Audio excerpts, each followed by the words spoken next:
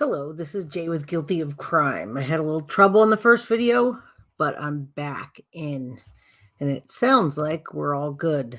I had some major echo, and I'm not actually sure what happened, but I'm back, and it sounds perfect.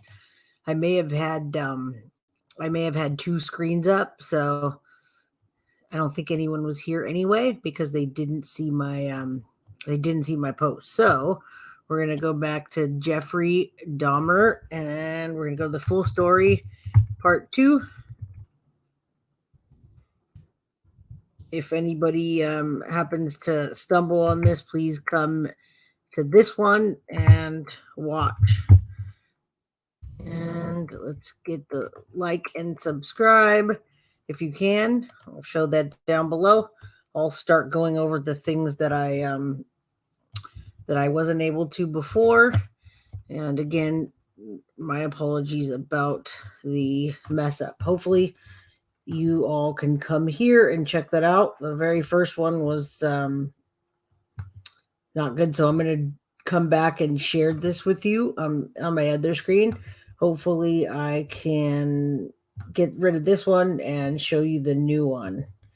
I'm not quite sure how to, when that happens, to jump back on the same one, but yeah, we're live with this, so I'm gonna go ahead and share it, and hopefully if I create a post, I'll be able to show you where I am, and you can find me. Today it's 1 o'clock over here in California time, and I posted a couple of different times, which was interesting because I was able to come on earlier and talk with you all. So hopefully I get some people in here that show up that saw that this was coming on and can watch these videos with me. If not, you can catch it on a replay. I'm going to go ahead and delete the first one that I did, and we're going to start this second one. I'm trying to wait a few minutes to see if anybody is able to get on here with me before I start. If not, you'll kind of catch it partially. Let me share this again, and then I will get started on the victim impact statements, which is where I left off on Friday night. Everyone wanted to see that, but we were at about 3 hours and I couldn't get into it then. That would have been like a 5-hour show. So I broke it up in parts, which will be easier for you to digest as well. And yeah. All right. So we're doing part 2. We're going to do the Jeffrey Dahmer part 2 of the full story. And hopefully you'll get that announcement and y'all will hop on here. I know Juror 13 wanted to watch this with me, and we are live now. So we're going to do it, and I'd really like y'all to watch it with me, but you can catch the replay if not. So let's get into it. Yeah, definitely that was hasn't happened before, and yeah. All right, let's listen to. Well, actually, before we get to the victim impact statements, I want to go over the historical footage, which is what I wanted to do.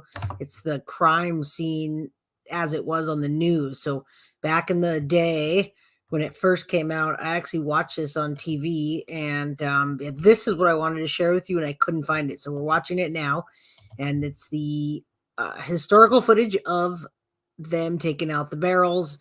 And so we're leaving where we left off. I had the crime scene investigator testifying, and now we're going to show this. So this is great that I found it. I'm excited. We have taken evidence out of the building by the medical examiner to be examined. Police removed boxes and boxes of body parts, evidence of what appears to be a psychopathic mass murder. Authorities also took out a barrel of what they think is acid. Police are reluctant to reveal exactly how many victims there might be, but knowledgeable investigators say it could be more than a half a dozen. Neighbors say the man was strange and that there was an odor coming from the apartment. However, no one suspected the accumulation of dead bodies. And then next thing I know, I heard the police open the refrigerator door and they said it was a dead body in there. Police are questioning the suspect downtown. All we really know about him is that he is 31 years old. I really don't know much about him. I know he's a single guy and he works every day and he's like stay to himself. And the next thing I know, I heard the police open the refrigerator door and they said it was a dead body in there. Authorities marched out of the house with boxes of severed body parts. In a barrel wheeled out a vat of acid. In a refrigerator left as it was found, at least 2 heads, the severed remains of victims of the alleged murderer. This morning, in an unprecedented news conference, the police chief, medical examiner, and district attorney joined in a public statement. This is what I wanted to At show this you point, Friday. all we can tell you is that it is a number of homicides, multiples. The investigation is still very dynamic. We don't know whether this individual acted by himself or in consort with other individuals. The big question now is the identity of the victims, whose heads, hands, and genitals were saved in the apartment. Dentists and doctors have already started the grisly effort. So far, no identities have been determined. And the area's top prosecutor wants other victims who might have survived an encounter to come forward. We would certainly urge anyone that's had such an experience to step forward. For one reason or another, persons don't do that. Or perhaps there's an aspect of their experience that they don't wish to share with the public. However, in this case, I would certainly urge, if there are any individuals who've had an experience in this vicinity, we would certainly urge them to contact the police immediately. And actually handcuffed and threatened with a knife. Through some rather fortuitous circumstances, the individual was able to make his escape from the apartment. When police returned to arrest the man, there was a struggle, and the uniformed police officers made the horrific discovery: dismembered human remains, decapitated heads in a refrigerator freezer, limbs and male genitals in other containers, and a large barrel full of acid. Experienced homicide detectives say the killings have a sexual component. The male victims allegedly killed by a 31-year-old man, Jeffrey Dahmer, a man with a criminal history of sexual assault of a teenage boy. Yet no one expected the overnight discovery. The next thing I know, I heard the police open the refrigerator door and they said it was a dead body in there. Police have been here all day, pulling any potential evidence from the apartment and retrieving more possible human remains from a dumpster and on the ground behind the apartment. Authorities are assembling a criminal case against Dahmer, and in doing so, the district attorney is asking any potential witnesses or assault victims to come forward. If there are any individuals who've had an experience in this vicinity, we would certainly urge them to contact the police immediately. I really don't know much about him. I know he's a single guy and he works every day and he's like stay to himself. But there was that rotting smell, a familiar smell here for more than a year. The medical examiner's office recovered numerous body parts. Also present at the scene was a large container that presumably contained some acid-like material. The parts, box after box of dismembered human remains, were taken away. Now the job is to identify the victims. The pieces belong to at least 4 different people. The suspect, Jeffrey Dahmer, has admitted to 14 or 15 killings, according to police sources. At this time, we have no identifications on any of the specimens that we have recovered. All the victims were men. Experienced detectives say the killing appeared to have an aspect of sexual violence. The suspect has a criminal history of sexual assault of a 13-year-old boy. Jeffrey Dahmer is on probation right now for that This crime. is so new. Milwaukee's police They chief has called him often Jeffrey criticized Dahmer. probation and parole systems. In this case, he's withholding judgment. I have no comment on that at this particular time. I may have a comment on that after we have reviewed and researched this issue much more. The next thing I know, I heard the police open the refrigerator door and they said it was a dead body in there. Even this afternoon, police were retrieving what appeared to be bones from a dumpster in the back of the Oxford apartments. The volume of evidence mounted. A huge metal pot. Police sources say there were human parts inside. Videotapes, knives, anything that might even be remotely connected with the killings were packed up and carried out by investigators. But the shocking, gruesome evidence came out in the middle of the night.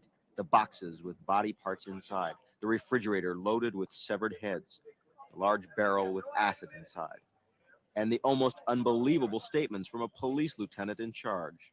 From our investigation, we feel that this individual strongly is involved in other homicides.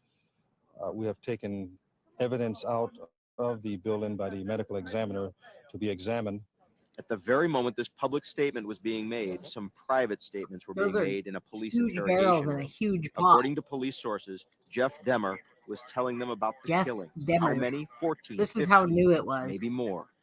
There are some big unanswered questions, though. Just who are the dismembered people killed in this mass murder?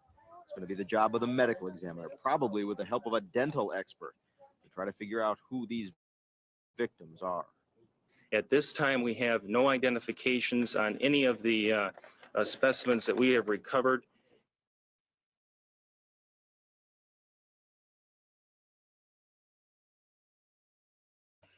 All right, so we're going to talk about that real quick. That happened when I was still old enough to remember this. I think it was in I know he was convicted in 90, or happened in from 89 to 91, so it was around 91 when this was on the news. I don't have the exact dates in front of me, but I do remember watching the coverage on TV. Now, like I said, I've always been into true crime, and as soon as this hit the media and he was arrested, he actually co-authored a book. He gave them, I don't know if he co-authored it or he just gave them the information to author it, but the very first book that came out on him, my mom read it and she passed it over to me. So at the time, I was definitely like about 9 or 10, maybe 11 years old. And at that time, I couldn't read enough. I couldn't get enough true crime content. They didn't have all the channels, the YouTube, the internet. So yeah, I consumed this crime, and I do remember watching this on the news. And I think it's funny that he calls him Dahmer. Now, remember, going back, we talked about why he didn't get the death penalty, etc. Not only was there not a death penalty at the time in Wisconsin, but he cooperated. Even though he pled guilty by reason of insanity, he definitely cooperated with them and gave them, well, to an extent. We know he didn't fully cooperate, but he gave them enough information. He named the victims. They had pictures of each one of them before any of the crimes had happened, during the crimes, and then, body parts after, even pictures after. So, yeah, seeing that was just taking it back to what happened. And this was right after he got caught. Tracy Edwards, you'll remember, was the man that escaped the apartment, brought the police back, and yeah, he escaped, brought the police back, and we saw him testify on part 1. So he got Jeffrey Dahmer caught. Even though he's a hero, heroes fall, especially when they're a war hero or some sort of hero like he was. It did a lot of damage to him. So later he was arrested and then arrested again for an actual murder charge. Yeah, I know. Poor guy. He really didn't have much of a chance, especially with mental health after this type of thing.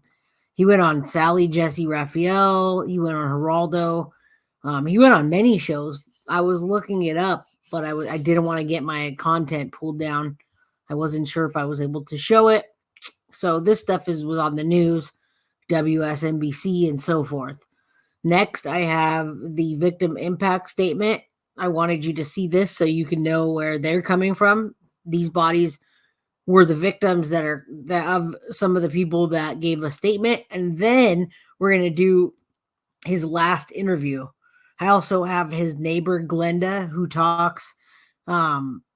She talks about what happened and the 911 call that she made for Konerak Sinthasomphone. So I'm going to play that and also play Jeffrey Dahmer talking about Konerak, and he talks about it in such a nonchalant way. So yeah, it's very interesting how that goes down. So let's watch the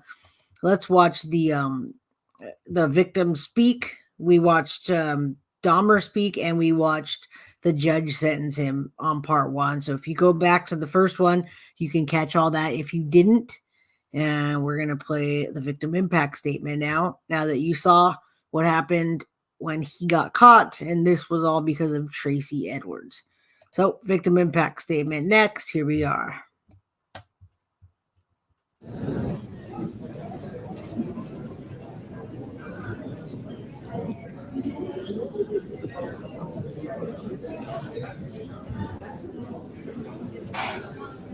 All right.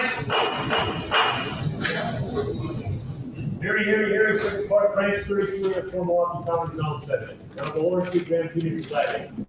Sounds of command, big city. We're missing, oh no, okay, we're set. I looked the wrong direction for you. Okay, why don't you call the case so we can make a record of who's here?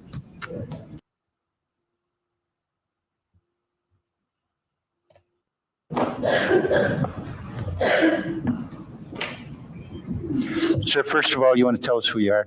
Okay, I'm a J.W. Smith, brother of Edward Warren Smith. Okay. Go ahead, sir. So you can give a copy of this to Judge Green. That's what I'm going to say.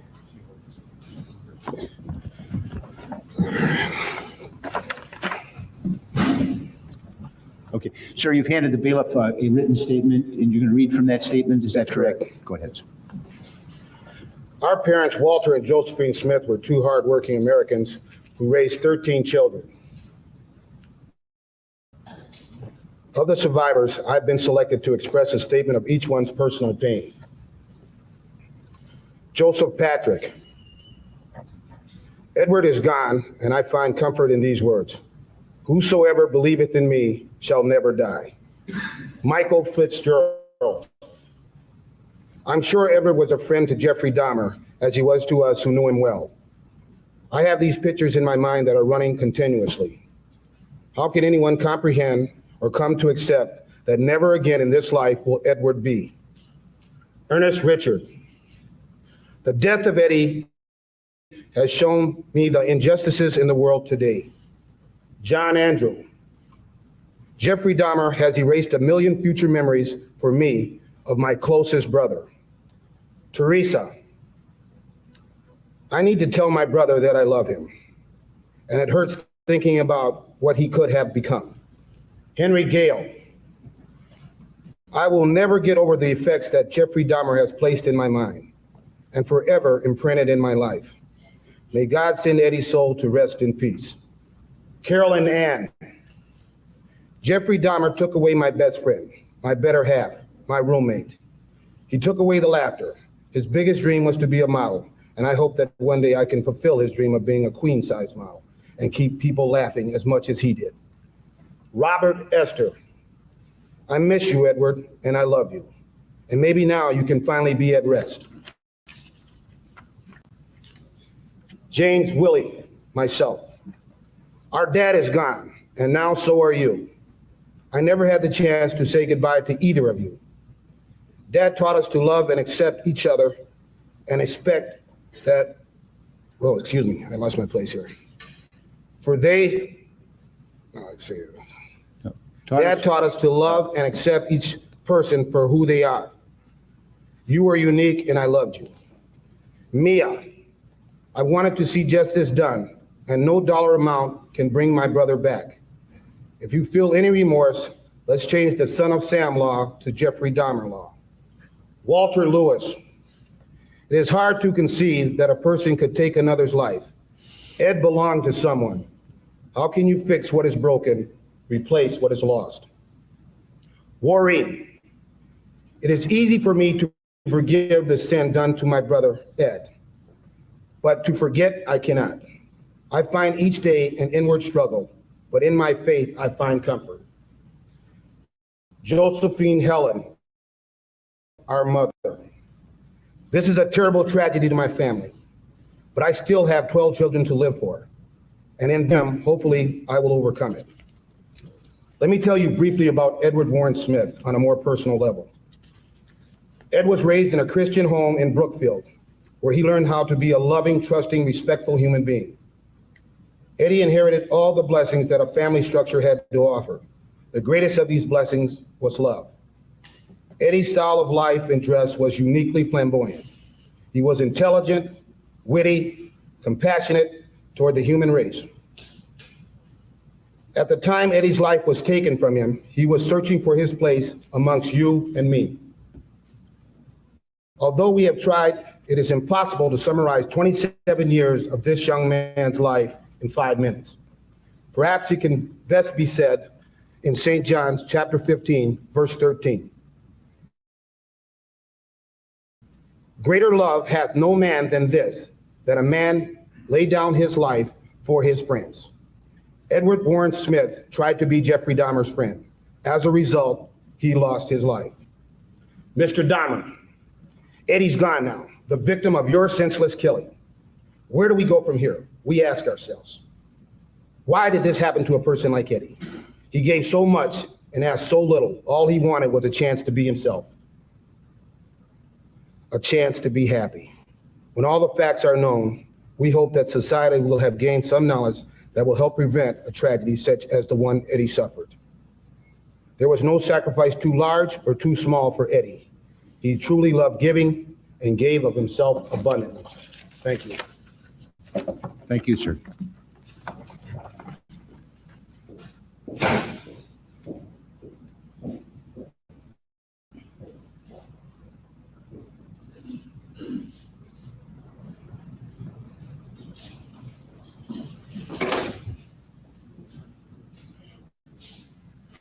Sir, would you likewise identify yourself for the record? Good morning. My name is Stanley Miller. I'm the uncle of Ernest Miller. And I've been given this opportunity to come before you on behalf of the Miller family. We want to say that there's no place in a civilized society for anyone who shows no regards for life, especially in the form and manner that Jeffrey Dahmer has shown. We can't afford to have anyone preying nor stalking our people, no matter what our difference may be. How can we as a civilized people accept the responsibility of ever considering putting someone of this nature back into society? Judge Graham, we ask that you see fit to give Jeffrey Dahmer the maximum sentence. To Jeffrey Dahmer, you have become a hero to a few, but you have become a nightmare to so many more. That's including myself. Before I settle in for the night, I find myself looking in closets, under beds, anywhere that you may be found. Jeffrey Dahmer, due to your actions, this has caused my family a great deal of pain and emotional distress. Jeffrey Dahmer, through your selfish actions, you have caused my family to suffer the loss of society and companionship of Ernest. This was done without any cause or provocation on the part of Ernest, despite the fact that you had the knives, the saws, the bats, the acid, the drills, and possibly a gun. Even while he was in a semi-conscious state of mind, you didn't give him the chance to fight for his life. You took his life like a thief in the night by cutting his throat. Rather than facing him and let him fight for the thing that he felt most dear, you took the coward way out. Did you ever stop to think that this was someone's son? Did you ever stop to think that this is someone's brother, nephew, uncle, cousin, grandson, or just someone's friend that's missing him dearly? Jeffrey Dahmer, just a couple of things about Ernest that you didn't take the time out to find out. First, Ernest was a dancer. This came naturally, and this was his dream, all through his short-lived life. Second, he had a family that loved him. He has a niece now that's 4 months old that he'll never get to hold or play or just watch grow up. He'll have to look from heaven now. I hope that you live a long life so that one day you can appreciate life. On that day, you would know my family's suffering. Furthermore, fortunate for you, Wisconsin doesn't ask you for what you have taken, but then you can only give once. I'm not for the death penalty, but you are a perfect candidate. No death penalty. To Mr. Boyle, first to you, I want to say thank you for not laying any of the blame on the victims. You didn't fail, it's just that God take care of his people. Truth shall always stand. The verdict was appropriate and absolute. Third, you and your staff had a job to do, and you did it well, and we respect that. To Mr. McCann, thank you for fighting the battle that Ernest couldn't fight for himself. As we sat back and fought the battle of faith, you taught us all a lesson on responsibility that we'll never forget. You and your staff has my family deepest respect. To the Dahmer family, I know that there are some dark days for your family, but the morning will come. So look to the hills, and you will make it through.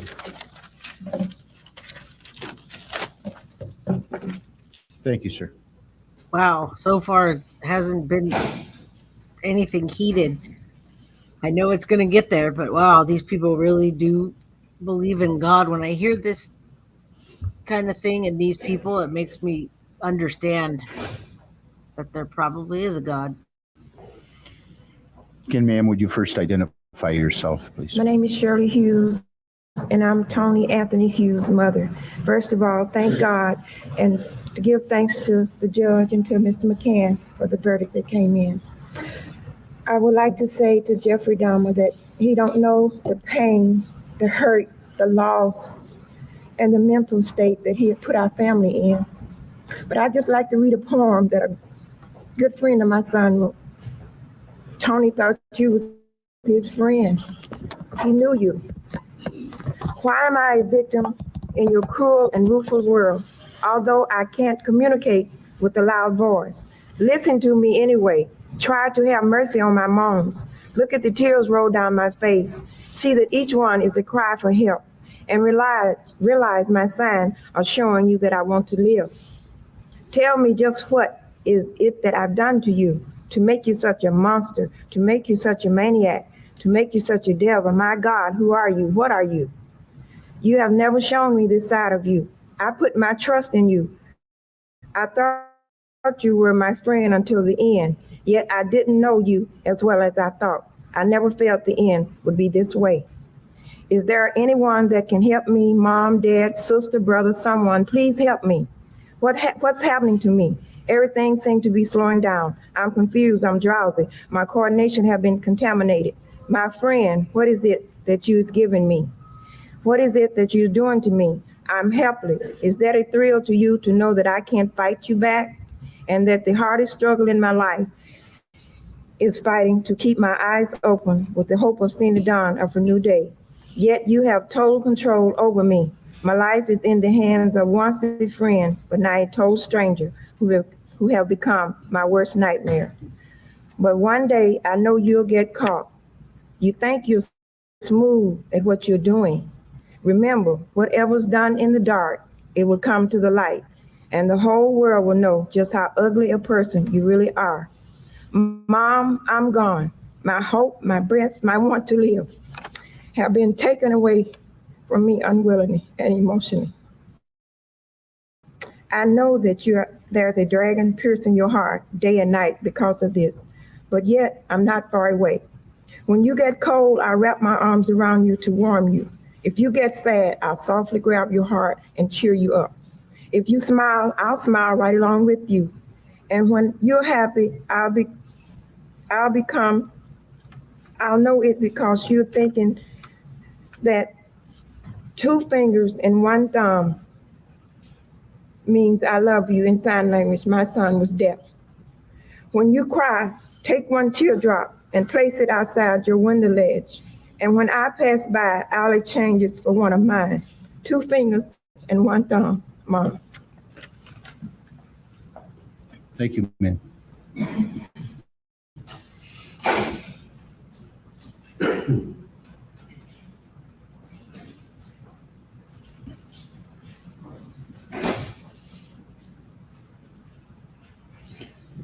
Again, ma'am, would you first identify yourself? My name is Dorothy Straughter. I'm Curtis Straughter's mother. I didn't have nothing prepared to say. It's just a few things that I would like to say. You took my 17-year-old son away from me. I'll never get a chance to tell him that I loved him. I'd have a chance to tell him that I loved him the last time I saw him, which will be a year tomorrow. You took my daughter's only brother away from her. She'll never have a chance to sing and dance with him again. You took my mother's oldest grandchild from her, and for that I can never forgive you. I hope you can deal with what you've done. I'm trying hard to. You almost destroyed me, but I refuse to let you destroy me. I will carry on. Thank you, ma'am.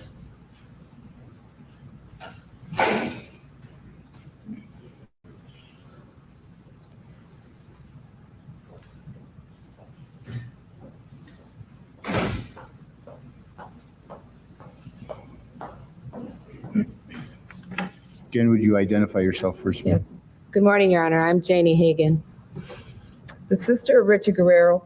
I am here as a spokesperson for my family. The first thing I would like to do is thank Mr. McCann and his staff for doing a fantastic job. It has been a long 4 years of searching and grieving for my family, friends, and others who loved Richard. On March 24th, 1988, Richard disappeared at the age 21. And I also want to state that my family did everything in our power in finding our beloved Richard Guerrero. He was a young man full of life and energy with the ambition to make others happy. As a loving person, he would always take the needs of others before his own. So Jeffrey, when you killed my brother Richard Guerrero, you also killed my father and my mother's youngest future. And my 3 brothers' lives, including my life, my husband, and my 3 children, will never forget this tragedy that you inflicted upon us. Therefore, I would like to end my speech by saying in my language that Jeffrey, you are el diablo, el puro diablo que estaba suelto en las calles de nosotros. That means the devil, the pure devil that walked our streets and was loose. So, Your Honor, please, I beg you, don't let this man ever walk our streets or see daylight again. Thank you. Thank you, ma'am.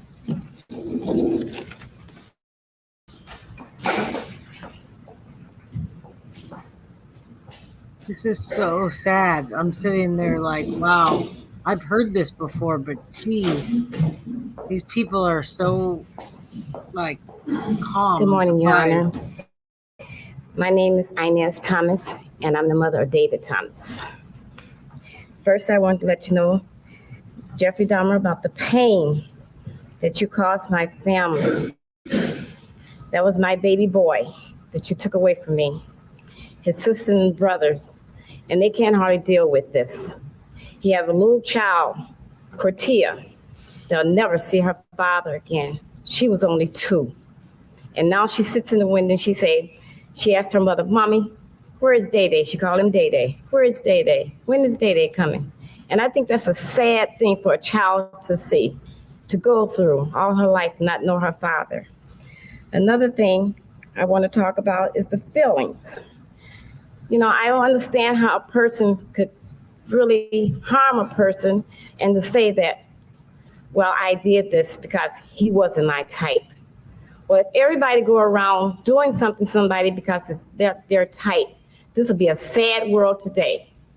And I just feel that this man should never be able to walk the face of earth or to be able to harm anyone else again.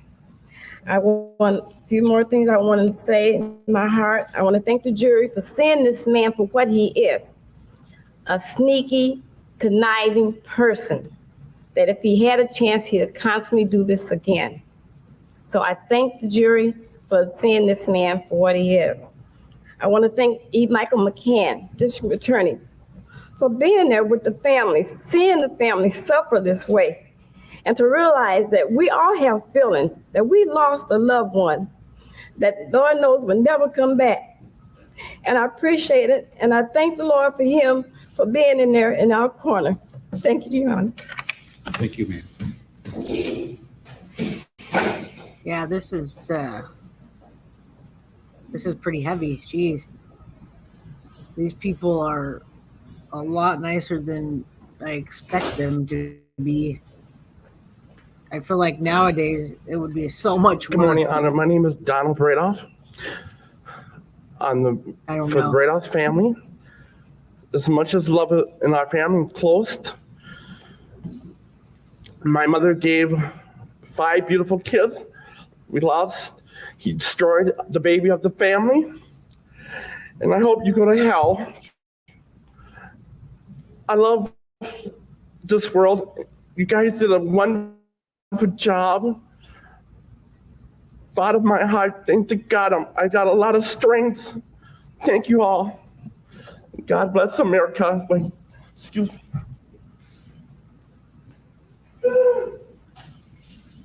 So sad, guys. Oh my God, heartbreaking it is.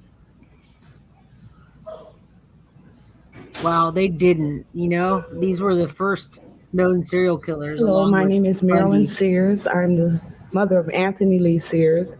And I just wanted to know, just why, why would it be my son? I just want to thank Michael McCann for the good job he did. Well, you did a good job too, but I'm glad McCann won it. And I want to thank the jury, and I want to thank you, Judge.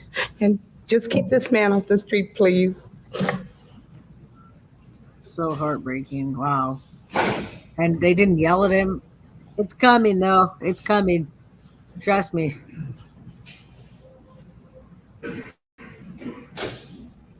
I don't even need a microphone. My name is Rita Isbell. No, ma'am.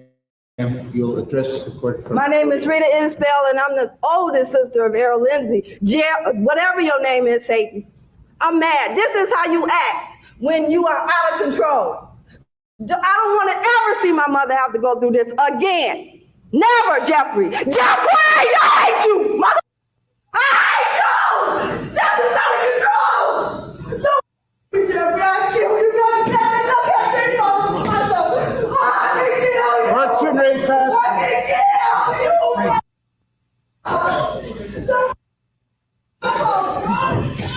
You don't have to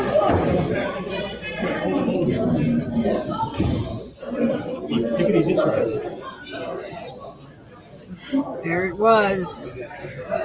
Wow, he deserved that. He deserved a lot more than that, I'll tell you. Wow.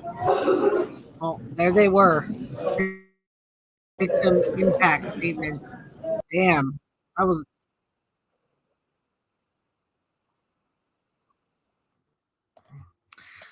Wow. Yeah. That was I've seen parts of that, but I never watched the entire thing. So I just watched it now with you all. Hopefully people will catch this on a replay because wow, this is yeah, I gotta compose myself. Very sad. And people didn't know just yet what was to come of now. I mean, I'm sitting here doing this true crime channel, and there's so many things to report nowadays. I can go on there, I can go online at any minute and just find some really messed up stuff happening. So yeah, this was the first start of, I would say, social media hadn't started yet, but it's what was to come. But yeah, every single day times like 500 plus. I could go on there any time and report something new, report something that's happening, report something that just happened. It's really crazy. Yeah, these poor people. So we did the victim impact statements. We went over whew, that was tough. We saw some of the crime scene videos. That was really good. That was crazy. And so I want you to hear about, Konerak Sinthasomphone, but I want you to hear, I guess I'm going to have you hear the 911, and then we'll listen to how Dahmer speaks about it, and then we'll do his last interview on Earth. So let's see. Let's check that out. Glenda Cleveland was his neighbor. We didn't really talk about her, but she complained a lot. And she was always talking about the smells in her apartment. She talked about the men coming and going. As a matter of fact, one of the victims lived in his building, Dahmer's building. He had just moved into the building, and he was the neighbor, and Dahmer immediately invited him out. And when he did, then he went missing. So Glenda Cleveland is the one that brought a lot of, she made a lot of noise and brought a lot of attention to the police officers who ignored her.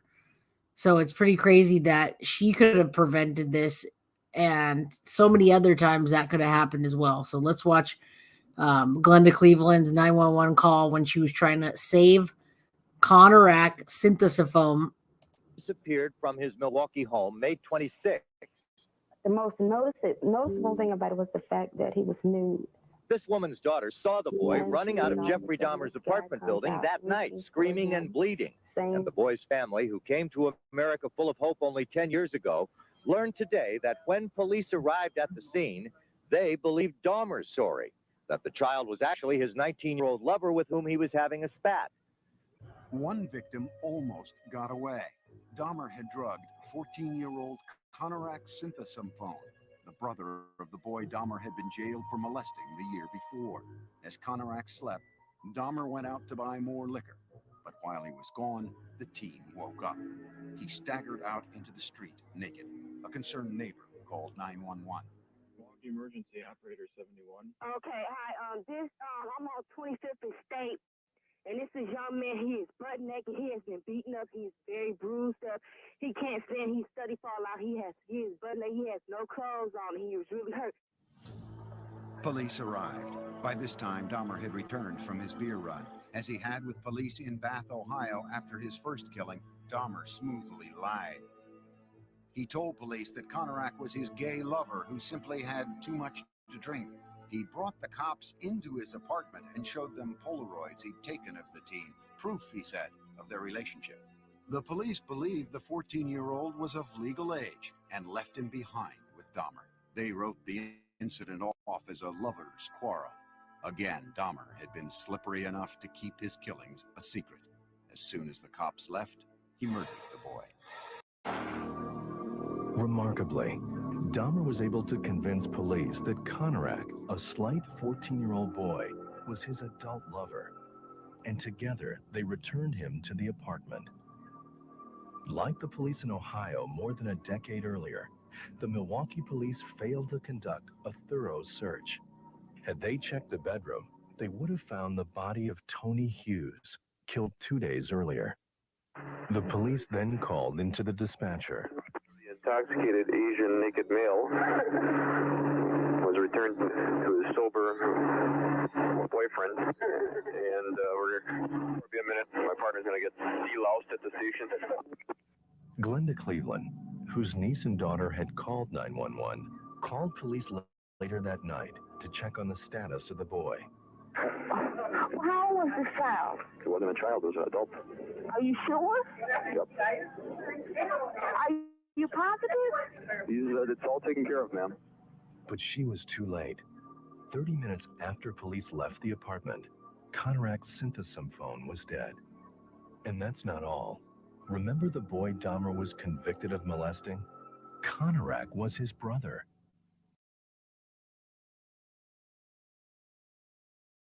Have you spoken to any of the families?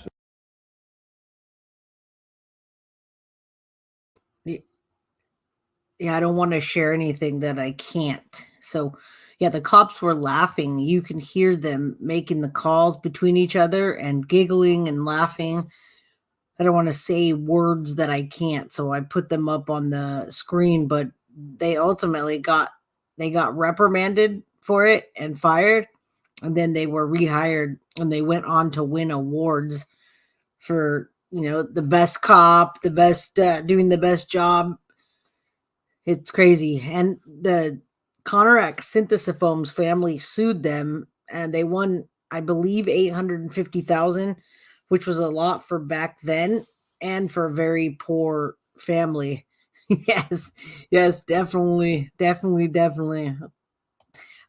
So now we're going to hear Dahmer talk about it, and you tell me what you think. Does he have remorse? I don't know.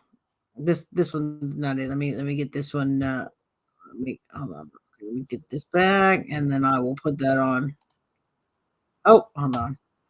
We got him talking here. Let's get this down because that volume was really low on the last one, and this one's probably going to come on blasting. So let's put him talking about Konerak Sinthasomphone and see if he has any remorse or anything. All right. Sinthasomphone was only 14 years old when he met Jeffrey Dahmer at the Grand Avenue Mall. Like the others, Dahmer offered him money to come back to his apartment. In a video deposition for a civil suit filed later by Synthasomphone's family against the city of Milwaukee, this is what Dahmer said happened next. He was on the couch, lying down with drilling technique already applied, and I thought he was asleep. With his victim asleep, Dahmer went for a drink at a local bar. Did you arrive at a conclusion as to whether or not you had taken his life as a consequence of the drilling technique? No, it hadn't. How do you know that?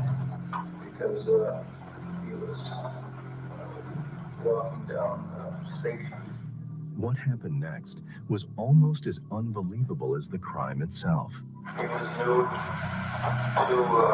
Two girls had called 911, the police or something. I put my arm around him, trying to walk him back to the apartment, and got halfway there, and that's when the police and rescue squad came in. The story was he was a house guest friend who sometimes drinks too much on the weekends and runs out of the street and dressed her naked. Remarkably, Dahmer was able to convince police that Konerak, a slight 14-year-old boy, was his adult lover, and together they returned him to the apartment.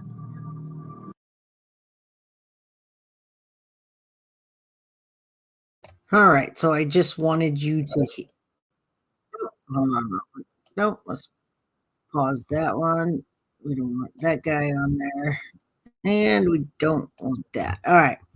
So yeah, we saw the first one, and I wanted to show how Jeffrey Dahmer talked about it in his deposition. Very matter of fact. I think he talked like that the entire time, and that's why we're gonna watch the last interview that he had, because there were so many of them, right? He talked at his sentencing right before he got sentenced, and he sounds the same every time, and he even goes on to try to comfort law enforcement for doing a good job, this and that, everything but putting the blame on himself. The blame on himself was that he was sick and he needed to get better, but really he's just evil. Any serial killers, any people that are doing wrong to anybody in this world are really just evil.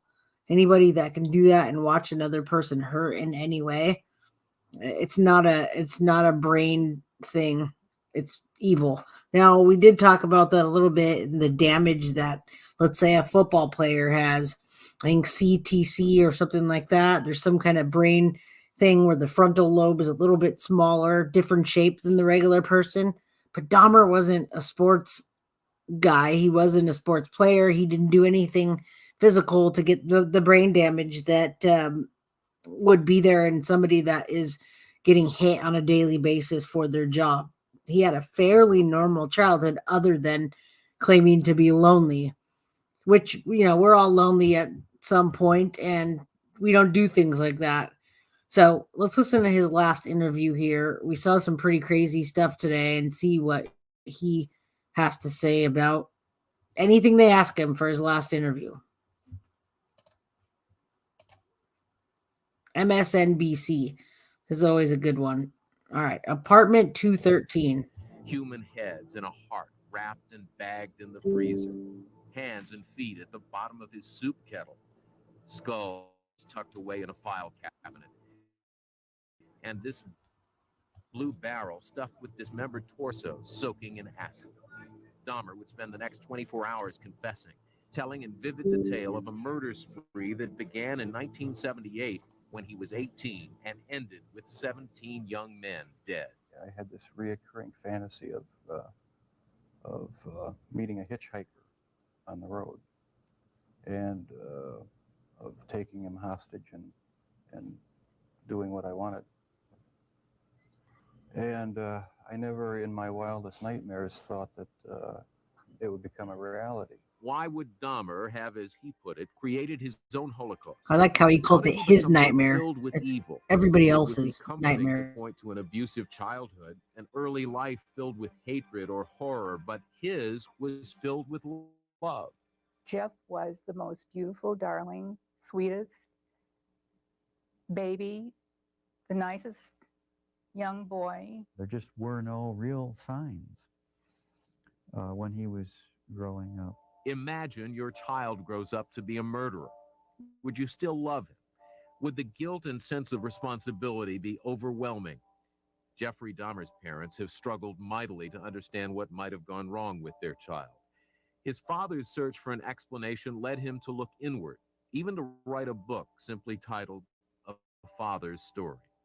But his search may be in vain, because even the experts and profilers who've studied serial killers are baffled by why they do it. There doesn't seem to be any indication in any of the serial murderers that something external makes them want to kill. It's as if something is thrown, a switch is thrown, and they begin on the pattern of what their pattern will be. Maybe all we can do is what Lionel Dahmer did, look back and try to see what went wrong. As a young child at the beach with his parents, Jeffrey Dahmer discovered a dead crab. He examined it with a child's curiosity, but later the curiosity grew into something unthinkable. All I know is that I wanted to see what the insides of these animals looked like. There may have been some violence involved, some underlying subconscious feelings of violence. It was a compulsion. It became a compulsion. Jeffrey Dahmer got bigger, and so did his compulsion to look at the insides of living things. He began to kill them, satisfying powerful urges that he didn't understand. In ninth grade, in biology class, we had the usual dissection of fetal pigs, and I took the remains of that home and kept the skeleton of it, and I just started branching out, dogs, cats. I suppose it could have turned into a normal hobby like taxidermy, but it didn't. It veered off into this. More and more, Dahmer killed animals in the woods behind his house. He knew it was wrong, but he couldn't stop. Then, at 14 or 15, it got worse. I don't know, it became a compulsion, and it switched from animals to humans. I still don't understand it. I don't know why. If your fantasy life as a teenager includes killing, who do you tell? From about 15 years on up, a great deal of my thoughts were basically unshareable with anyone. So I just closed myself off and just put on a mask of normalcy. As Jeffrey Dahmer entered adolescence, his secrets multiplied. He began to feel attracted to other young men. It was not an issue he could talk to his father about, but Jeffrey knew he was gay. Started having obsessive thoughts of violence intermingled with sex. And it just got worse and worse. I didn't know how to tell anyone about it, so I didn't. And just as Jeffrey was becoming aware of his internal violent sexual urges, his external life began to unravel. His parents' marriage, which had been rocky throughout his childhood, finally ended. He found himself alone more and more. And then one night, while his mother was away on a trip and his father newly moved into a motel down the street, a fantasy Jeffrey had been having for years came true, and the killing began. I was 18 years old, driving home. I saw this hitchhiker about a mile from my house, and he caught my eye. I drove past him, thought to myself, should I stop and pick him up, or should I just keep on going? I wish I just kept on going, but I didn't. Turned around, picked him up, and that's when the nightmare became a reality. It just seems so bizarre to me that this obsession that I had been thinking about and wanting, just all the parts are there, and they make it possible to make it happen. Just at the time when it could happen, when there's nobody at the house for 2 weeks. After the first time he murdered, Dahmer says that he tried to get control of himself, and for 6 years he did not kill again. In 1984, he found himself living in Milwaukee, frequenting gay bars, when the violent sexual urges overcame him again. I met this guy at one of the bars, downtown Milwaukee bars. We went back to the hotel, just planning on getting drunk. I had put some sleeping pills in his drink to render him unconscious, and was just going to spend the night with him. When I woke up in the morning, my forearms were bruised, and his chest was bruised, and blood was coming out of his mouth. He was hanging over the side of the bed. This type of behavior and the urge that develops, it's triggered. It doesn't go in cycles. It may be a place that he's in that reminds him of something. It may be something that he hears. It may be a certain season. It may just be a color. It's intimately connected with memory and previous experiences and something that goes on at an unconscious level. Whatever it was, it came over Dahmer almost like a dream. I have no memory of beating him to death, but I must have. And that's when it all started again. I had no intention of hurting him at all. How could Dahmer not remember? It's hard for a normal person to imagine, but Dr. Helen Morrison believes that the brain functioning of serial murderers is unique. Here we go. We're going to hear a little And something. we have this piece of this puzzle that's somewhere that doesn't connect with the thinking part or the logical part. It's not far removed from those of us who drive every day, and we drive the same route, and we don't know how we got from point A to point B. We know we did it, but it doesn't enter our consciousness. Unlike other serial killers who seem to actually derive satisfaction from the killing, Jeffrey Dahmer says he did not. His motivation I don't believe that is either objective at and all. sexual.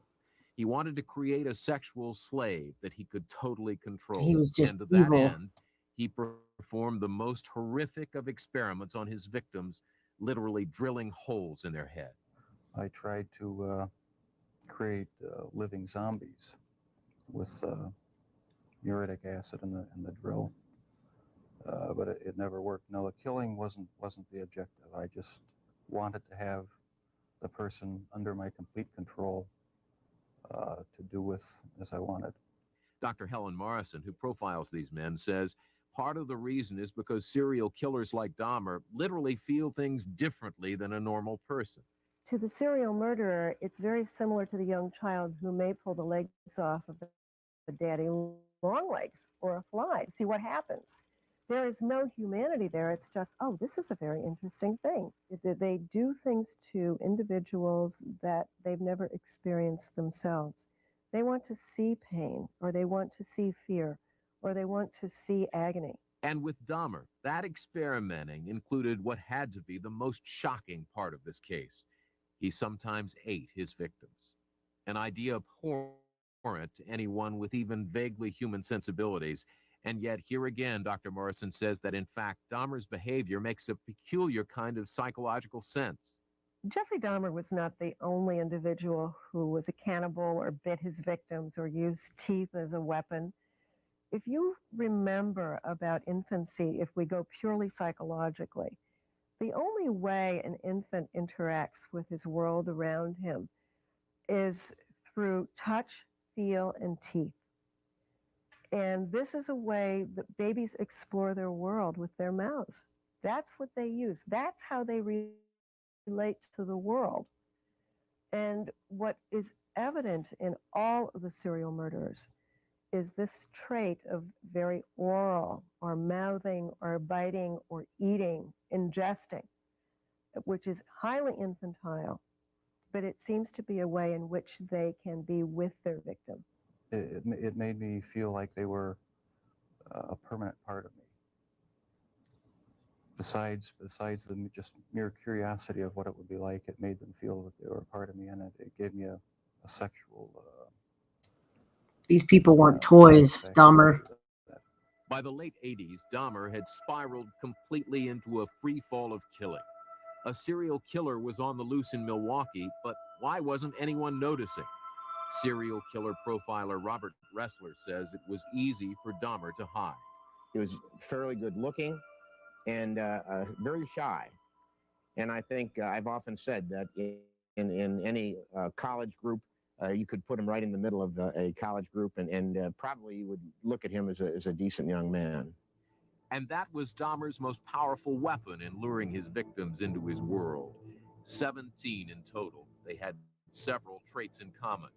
They were all men, all young, mostly minorities, and almost all were gay. Starting in 1984, one by one, these men disappeared. But nobody in Milwaukee had any idea that a serial killer was on the loose. Annie Schwartz is a crime reporter for the Waukesha Freeman newspaper in Milwaukee. It was very much business as usual before Jeffrey Dahmer was caught. Because of the nature of the victims, the kinds of people that he chose, they were people that for the most part, weren't missed by their families. They were often people who were...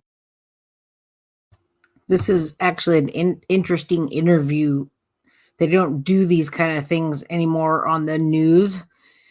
They do MSNBC, but they do like Dateline NBC, NBC Last Day, anything that's like they try to make it like a news broadcast, but at the same time they do the dramatics and the reenactments. So I really miss these news feeds where they have somebody on the news and they talk about it.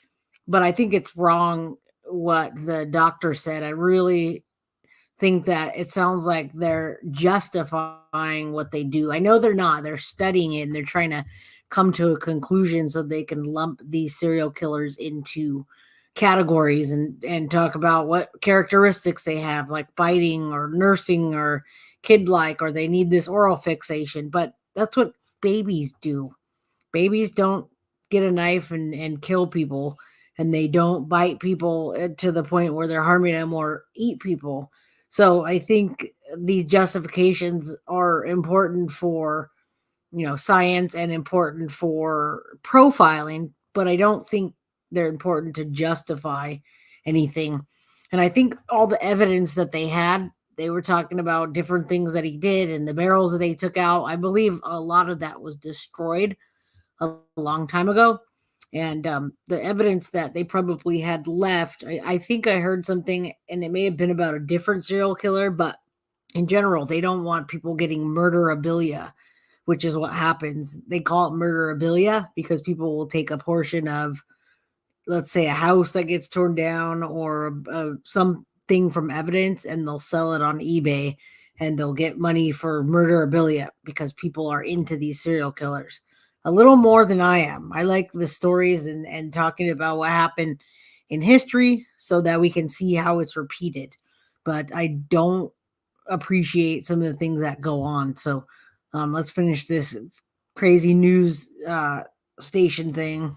tossed aside by their families because they were gay or they'd had problems with the police. He chose his victims very carefully. He chose people that wouldn't be missed. If families were not missing the victims, Jeffrey Dahmer's family was missing clues that something was terribly wrong.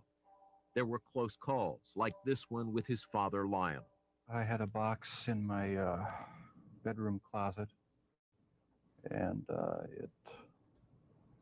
it contained the mummified head and genitals of a young man I met in one of the bars down in Milwaukee. And it was a locked metal box. My dad one week came to visit and happened to see it, and he was wondering what was in it. He didn't know. Nobody knew. I told him it was pornography, some magazines.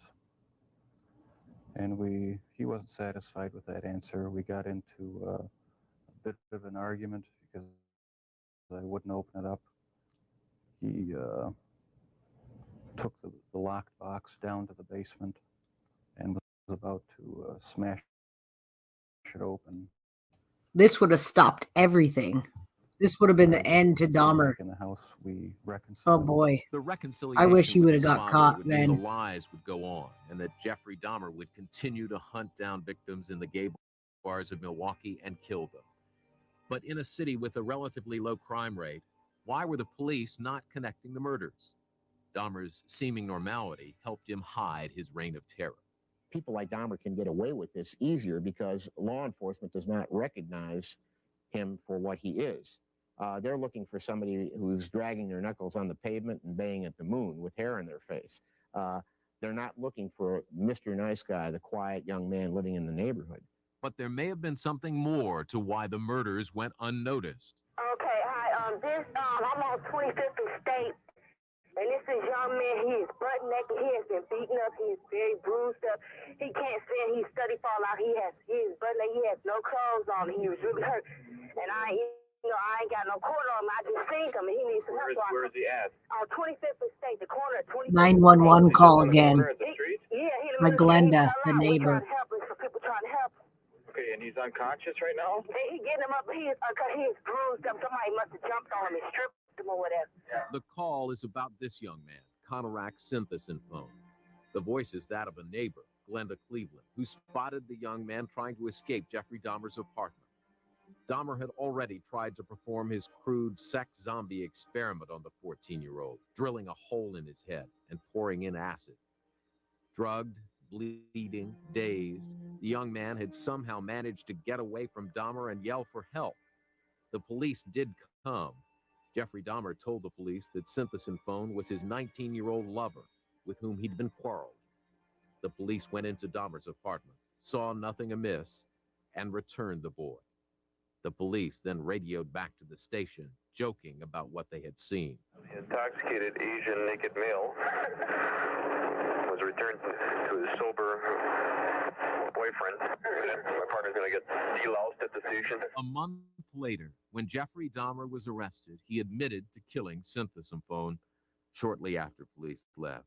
The death would cost the two police officers their jobs and would force the entire city to look inward at attitudes and treatment of minorities and gays. There would be candlelight But not for long. vigils and city This decreed didn't days of last healing. long. But Jeffrey Dahmer would leave a black mark on Milwaukee. The place where Dahmer's apartment building stood was raised and put a playground in, raised all kinds of money from the community, and no one in the community wanted to use this playground because they said it was the devil's playground. I think that the city of Milwaukee, at the end of the Jeffrey Dahmer case, was left with the unfortunate realization that it can happen here. It being whatever horrific thing that you see on the news that you think happens in other places and to other people. It was the sad realization for people that live in the city of Milwaukee that it could and did happen here. But of course, the deepest scars would be reserved for the victims' families and the family of the murderer. Never, Jeffrey! Jeffrey! I hate you! This is out of control! Don't with me, Jeffrey! I'll kill you! Look at me! You took my mother's oldest grandchild from her, and for that I can never forgive you. I hope you can deal with what you've done. The families of Jeffrey Dahmer's victims had their day in court and an opportunity to address him. Jeffrey Dahmer sat motionless throughout. His father, Lionel, Yes, sat he behind did. him. Jeffrey's No crimes had been a remorse. terrible shock for him, so much so that for the first 24 hours after he learned of them, he didn't believe Jeffrey's confession.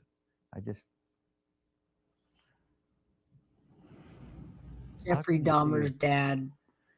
Son who's been riding a tricycle. He recently and- died, by the and, way. And running around with his dog, Frisky. And playing tennis with me, taking a knife and cutting a person open.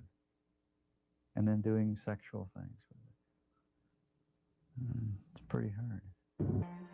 Those who profile serial killers can understand why Lionel would have such trouble reconciling his baby boy with the adult killer who would perpetrate such sickening crimes. We do know that when puberty comes, the ages of 13, 14, 15, that the hormones seem to interact with the brain chemistry, and we have no idea what that's doing or where it's coming from. I think probably there was a mixture of feelings of anger and hate and disappointment and also feeling extremely sorry for what he did. You know, felt very sorry for victims and their families and also for Jeff. The terrible waste. Both Lionel Dahmer and Joyce Flint, Jeffrey's mother, struggled to find a way to support their son in the face of his crimes, a brutal task for any parent to endure. There's something or things so deeply locked up in his mind that even he doesn't know what's going on. And therefore, I have to hug him. It's almost like I don't have a right to mourn or grieve, because there are all these families who will never, ever. We don't feel bad speak for to their you. children again. Trust me, I don't feel bad for her. By all accounts, or his Jeffrey dad. Dahmer seemed to be relieved that he had been caught. He cooperated thoroughly with authorities and a battery of doctors and profilers who wanted to learn more about his behavior. What was uncontrollable about Jeffrey Dahmer was the urge. It was the urge he couldn't control. It was the craving he had to satisfy. And that's why when he killed because he couldn't satisfy the urge any other way and had to do it immediately.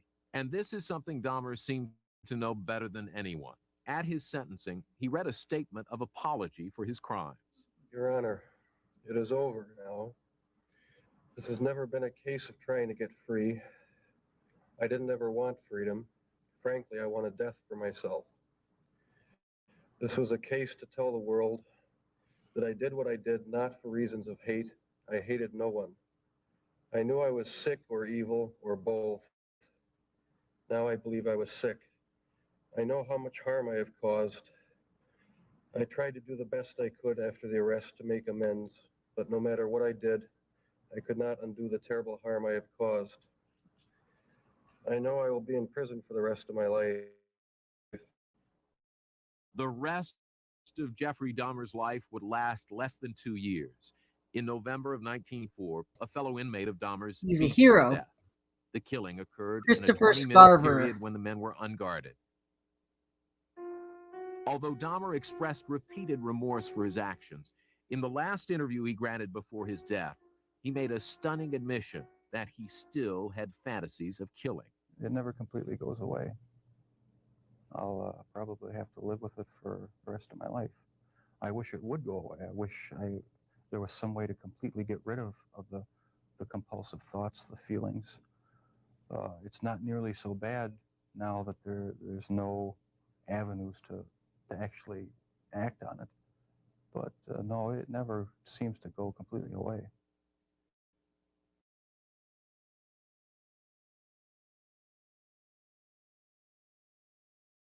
You solemnly swear all the testimony you're about to give in this matter will be the truth, the whole truth.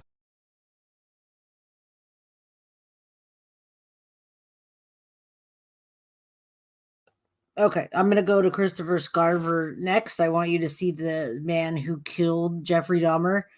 And remember, the guy who killed Jeffrey Dahmer, Christopher Scarver, he found out about him by reading the paper. And then Jeff would antagonize him and others while he was eating dinner. He'd pull a hot dog out and he'd dip it in ketchup and pretend like it was a finger.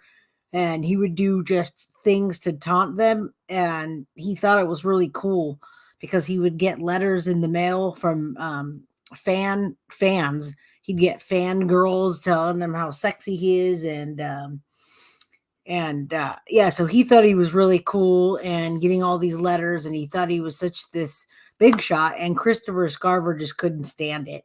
So Greeno says he met a man who was Dahmer's neighbor as a teen. Yeah, that's crazy, right? There was a lot of people that were in that surrounding area, and if you know his name, let me know. This guy says this teen says his father killed the serial killer. So this interview that's coming up next is actually from the teenager's perspective of his dad being the guy that killed him, Chris Scarver. Check this out. Do you remember when you learned that your father murdered Jeffrey Dahmer? Yes. It was about 10. I saw it on TV, and that's how I found out. So, yeah. So you suddenly see your father? Yeah, it's a big picture that popped up, and I was just shocked at that point. 50% of the kids in juvenile detention have a parent incarcerated. And we're really trying to slow this down. As a retired federal prison warden, Percy Pitzer has spent most of his life around prisoners. Now he wants to help their children. It's a lot of pressure on a kid when a parent is incarcerated. His foundation helps the children of inmates get a college degree. One scholarship recipient is the son of the man who murdered notorious serial killer Jeffrey Dahmer while in prison. Do you remember the first time that you heard the name Jeffrey Dahmer? Heard it a lot growing up. That's all I heard.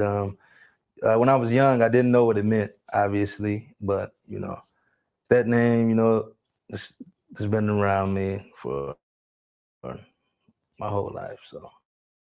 Chris Scarver, a senior at Bethany College, has lived with the secret his whole life, but is finally ready to talk about it. He was born just after his father, also named Christopher Scarver, committed a murder that would land him in jail with Dahmer. It was a cold-blooded killing of a job trainer in Milwaukee. For a long time, I believed he was going to come home, man. I always kept that hope. And then, after a while, I just said, I don't know, it just hit me that maybe it won't happen, and I got mad, and that turned into anger. And then his father committed another crime that ensured he would never be coming home. He bludgeoned Jeffrey Dahmer and another inmate to death in the prison gym. Do you ever think about because there's still a question as to whether guards may have set up your father because he should not have been left alone with the other two men in prison? I think about that all the time, and it makes me wonder if he even did it. Chris understands, however, his father pleaded no contest to the murders and is now serving 3 life terms in Colorado. But Chris said he also knows something else. His father saved his life from becoming those statistics. But I was actually starting to go down the wrong road, and I started to, that's why I wrote him. I didn't know what to do. I needed some guidance, and I just told him everything that I was going through and how I felt about me and his relationship, all those built up years, all that pain that I had. I finally just let it go and just, talk to him. And his father wrote right back with advice. Tough times don't last. Tough people do. And you are the toughest kid I know. Chris so credits his father with putting him back on the right road, he keeps a prison photo of his dad on his dorm room door. I hit the door like this just to say, okay, this is what you're doing this for. All right, everybody. Nope.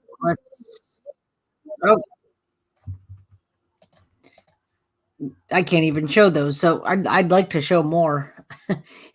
You just fed him, and he's still eating. That metabolism, boy. I should go eat again. Yeah, so I'm wrapping this up. I wanted to show the rest of the things that I hadn't shown on the part 1.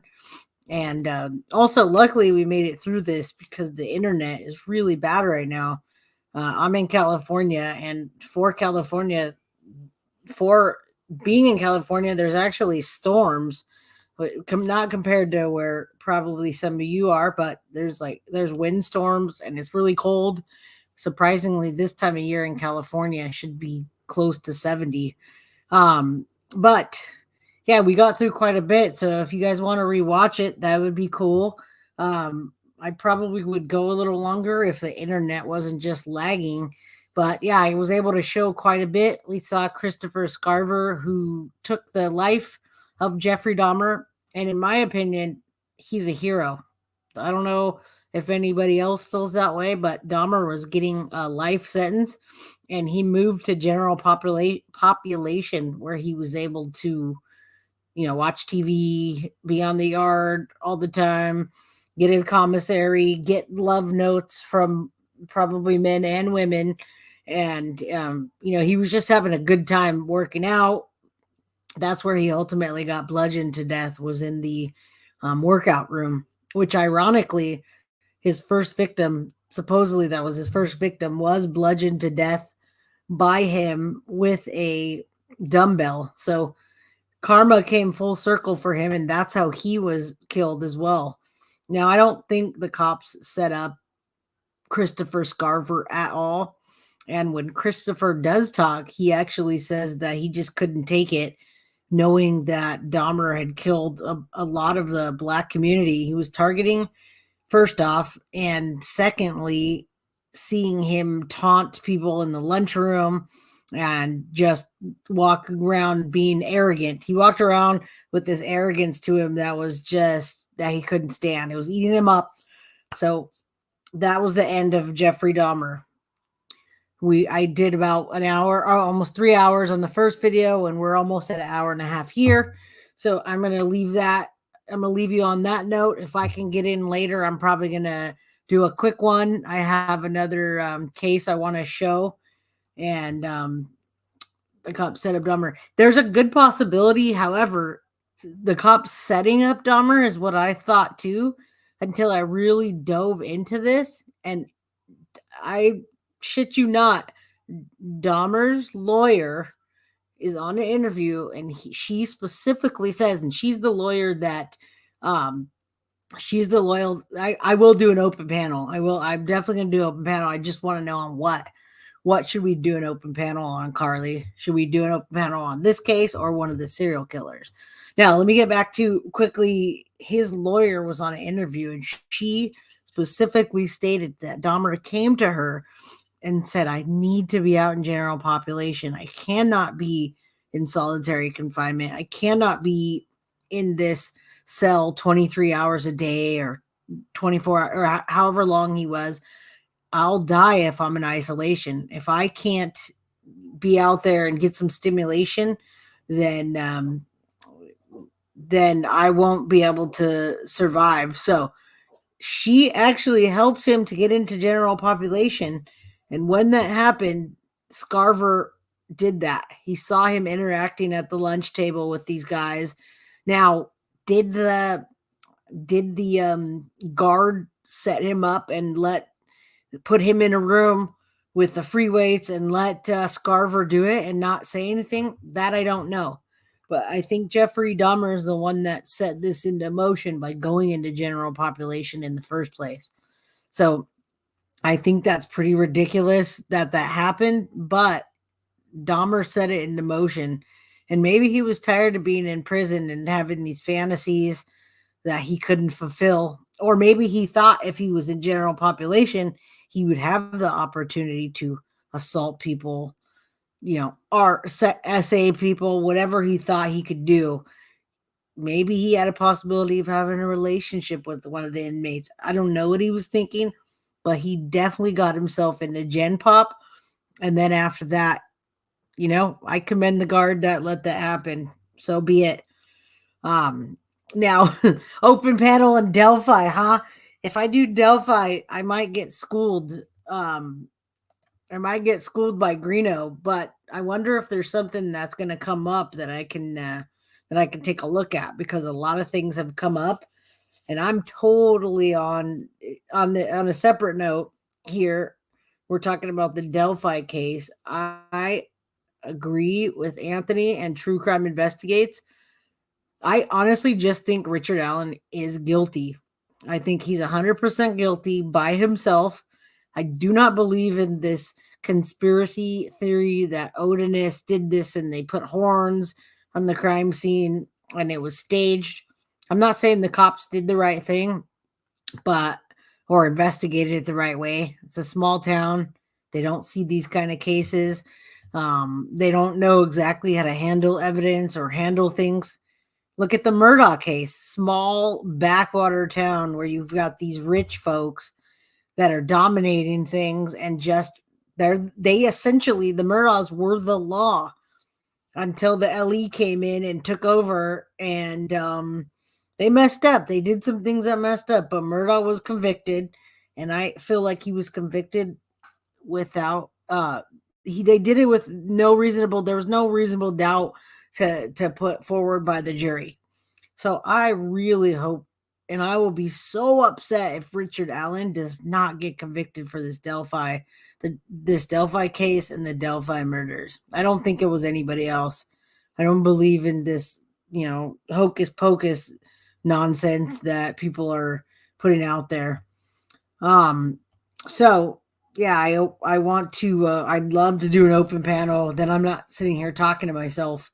There's a show coming out tomorrow. I feature a few YouTubers on CW. Oh, wow. Okay. Yeah, I did see that. And I saw that on Greeno announcing that. And I'm going to watch that on the CW. I have all the channels, so I'll be able to catch that. Yeah, I do want to do an open panel. And I bet I can find a case that I know better than Delphi. I definitely haven't delved into those documents, and I haven't studied the case for years now. Now I'm just getting heated because I don't want Richard Allen to get off. And when I see these freaking headlines, I'm like, no way this guy's getting off. If he does, it's terrible for the family, and there really is no justice for Abby and Libby. So on that note, before the internet goes out or something goes wacky with the video, I'm going to say bye to everybody, and hopefully you have the notifications on. You're already liked and subscribed. Hopefully you like the video. Share it if you can. It's a Jeffrey Dahmer full story part 2. So you can go back to part 1, and there's 3 hours of commentary and videos. It's in the description. I've linked everything so you can go back and watch whatever you want, skip whatever you want. And on that note, we're coming up to an hour and a half. You guys have a good evening. I'm at 2:30 p.m. Pacific Standard Time. It's not quite my dinner time yet, but again, like, subscribe. Thank you so much, Juror 13, for bringing me back here to finish this story that I wasn't able to on Friday night. And have a good evening. I'm going to go back and watch the things that I missed on YouTube, and hopefully the internet and the power stay in. Thank you.